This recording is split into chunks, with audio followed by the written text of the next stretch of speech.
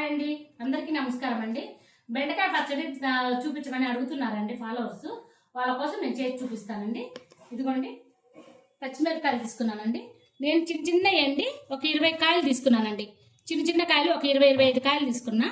మనం కొంచెం కారం తింటాం కాబట్టి కొంచెం ఎక్కువ తీసుకున్నానండి. టమాటాలు వచ్చి ఒక 6 టమాటాలు తీసుకున్నానండి. ఒక ఉల్లిపాయ అండి, పెద్ద ఉల్లిపాయ. బెండకాయలు వచ్చి ఒక 7-8 కాయలు తీసుకున్నానండి. బెండకాయలు, చింతపండు కొంచెం అండి. చేసే ప్రాసెస్ చూద్దామండి. ఆయిల్ పెట్టాను. ఇదిగోండి, జీలకర్ర వేస్తున్నా. ఈ పచ్చిమిరపకాయల్ని బాగా నూనెలో వేయించుకుందామండి. ఇది వేగిన తర్వాత టమాటాలు, బెండకాయలు, ఉల్లిపాయ మొత్తం ఒకసారి వేసుకుందామండి. ఇది బాగా ఎర్రగా వేసుకుందామండి. ఇదిగోండి, బాగా వేగిపోయింది. ఇవి సపరేట్ చేస్తున్నానండి.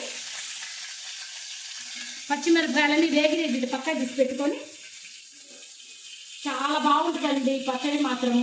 అన్నం లేకి మన రాగి సంగటిలకైతే చెప్పనక్కర్లేదండి బెండకాయ పచ్చడి. మా ఇంట్లో రాగి సంగటి చేసామంటే కంపల్సరిగా బెండకాయ పచ్చడి చేసుకుంటామండి మేము. చాలా టేస్టీగా బాగుంటుంది. ఇప్పుడు టమాటాలు వేస్తున్నానండి.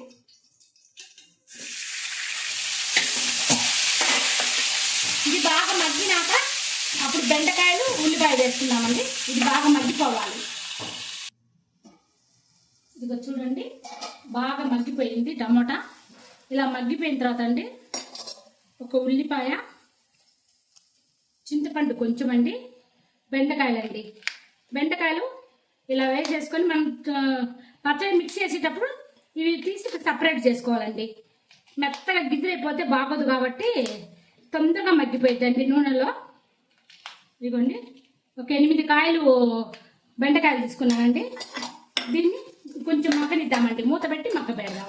ఒక్క చుక్క నీళ్ళు వేస్తానండి. వాటర్తో తొందరగా ఉడికిపోతుందండి. కొంచెం వేస్తాను వాటర్, చాలా బాగా టేస్టీగా ఉంటుంది.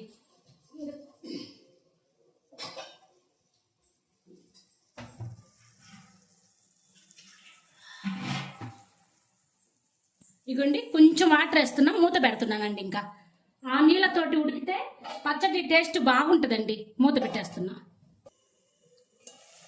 ఇదిగో చూడండి, ఆ వాటర్ వేయడం వల్ల మనకు బెండకాయ ఉడికిపోయింది. చూడండి, అట్లా ఉడికింది. ఇట్లా ఉండగానే ఆఫ్ చేసుకోవాలండి. ఆఫ్ చేస్తున్నా. నేను బెండకాయలు, ఉల్లిపాయలు సపరేట్ చేస్తానండి. ఇదిగోండి, పచ్చడి మిక్స్ చేసుకుందామండి. కొత్తిమీర అండి, కొంచెం కొత్తిమీర కూడా వేస్తున్నా. చాలా బాగుంటుంది కొత్తిమీర పడితే. పచ్చిమిరపకాయలు, ఉప్పు అండి, రుచికి తగ్గట్టు ఉప్పు. చిన్నుల్లిపాయ ఒక గడ్డ అండి. చిన్నుల్లిపాయ నేను ఎక్కువ వాడతానండి. చిన్నుల్లిపాయ వేస్తున్నా. ఇది కొంచెం ఒక తిప్పు అట్ట తిప్పి టమాటా గుజ్జు చేద్దామండి.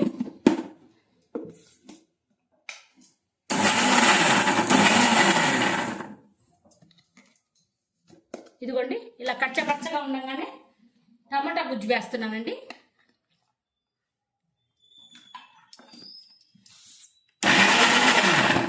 ఏది మెత్తగుట్టి పేస్ట్ పనికిరాదండి, కచ్చపచ్చగా ఉండాలి. ఇప్పుడు బెండకాయ, ఉల్లిపాయలు వేస్తున్నానండి. ఇదైతే మరి బాగా కచ్చపచ్చగా ఉండాలండి. అదిగో చూడండి ఎలా అయిపోయిందో. ఇలా బెండకాయ ఉన్న నష్టం లేదండి. ఇట్లా నలిపేసుకుంటే టేస్ట్ మాత్రం చాలా బాగుంటుందండి. ఇలా అయిపోయింది చూడండి. రోట్లో నూరుకున్నట్టే వస్తుందండి పచ్చడి. మనము ఇగో ఉల్లిపాయలు ఇలా నలిపేసుకుంటే సరిపోతుందండి. ఉల్లిపాయ ఉండాలి, రోట్లో నూరుకున్నట్టే ఉండాలండి. ఇది బౌల్కు తీసుకుందామండి. ఇంకా ఇదిగో చూడండి, కచ్చా పచ్చగా పచ్చడి చూడండి ఎంత రోట్లో దంచినట్టే అనిపిస్తుంది. ఇది మాత్రం చాలా టేస్టీగా ఉంటుందండి. సంగటికైతే అసలు నువ్వు చెప్పనక్కర్లేదండి, అంత బాగుంటుంది.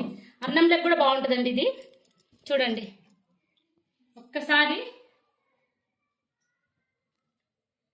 బా సూపర్గా కుదిరిందండి. నేను చేసిన పద్ధతిలో ఒక్కసారి ట్రై చేయండి. నచ్చితే మాత్రం లైక్ చేయండి.